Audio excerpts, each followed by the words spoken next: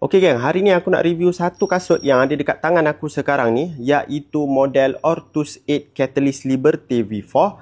Yang ini colorway Navy Aqua, colorway yang terbaru keluaran untuk model yang ini. Untuk korang yang tak tahu, season lepas Faisal Halim menggunakan model yang sama, cumanya dia pakai colorway yang berbeza. Aku nak keep it simple je. Untuk bahagian upper kasut ni, dia menggunakan material mesh sintetik. So, material mesh sintetik ni dia akan membuatkan kasut korang rasa lebih ringan dan juga responsif bila korang sentuh dengan bola. Bergerak pada bahagian tapak, kasut ni menggunakan tapak jenis FG. So, kalau korang nak main dekat rumput biasa tu, memang tak ada masalah.